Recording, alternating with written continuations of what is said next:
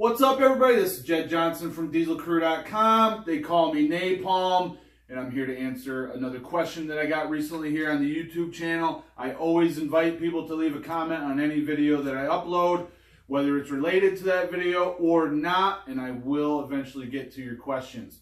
This one comes from Randy Gentry, and I really appreciate you commenting as much as you do, Randy. That's awesome feedback that you've given me. And I want to go ahead and take a minute to answer your question because I can tell that you're highly interested in grip training. Randy wants to know, is there a standard for sledge hammers? And, he asked about the handle length, the size, things like that. So I wanted to give some information about sledge hammers. First off, for most guys, you will be able to lever a 6-pound sledge really easy. Most guys will be able to get to an 8-pound sledgehammer after a little bit of training. Now, once you get to double digits, 10, 12, those become a bit harder.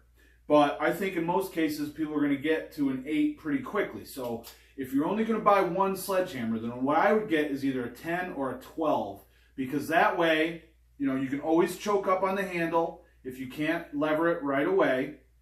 For some of the sledgehammer drills that there are out there, you're not going to be able to go by the handle, by the end of the handle with even an 8, so you might as well get something a little bit bigger. But as far as a standard, there really isn't one.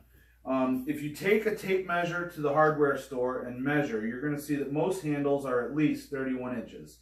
Now this one is 32.5, that's an 8-pound sledge. This one is a 12, and this handle is about almost 33.5 inches.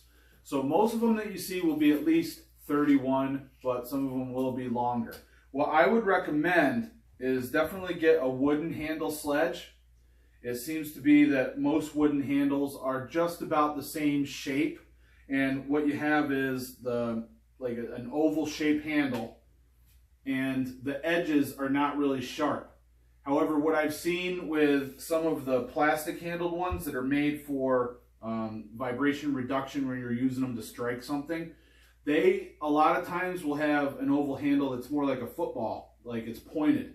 And when you're doing levering with a sledgehammer that has a pointed handle, it's very uncomfortable for your thumb. A lot of people, especially with really heavy sledges like 16, 20-pound sledgehammers, even the rounded edges, you can see there's no real point here. Even the rounded edges will be uncomfortable in your hand. So I would not get a plastic handle, especially if it's got that pointed oval shape to it, like a football. All right, so again, I would shoot for a 10 or a 12 if you're going to pick one up and add it to your collection. I think an 8 is going to be too light. A 6 or an 8 would work really well for the women that want to train for grip strength, but as far as the men, I would go with like a 10 or a 12 at least. And then you can go from there. Now, naturally, if you see a sledgehammer at like a yard sale or a flea market or something like that, and it's like $5, then go ahead and get it. But most sledgehammers are probably like 15, 20 bucks, so it can add up after a while. I guess it's about the same price as a gripper though. So it's up to you. But I would start with a 10 or 12. And that's about it, guys. If you have any other questions on sledgehammers, feel free to leave them below. If you're working on the feat of levering a sledgehammer to your face from the vertical position down to your face and back up, I've got a great resource for you. It's called Lever Bigger Hammers, and I'll put a link for that in the description box below. If you like this video, please make sure to give it one of these.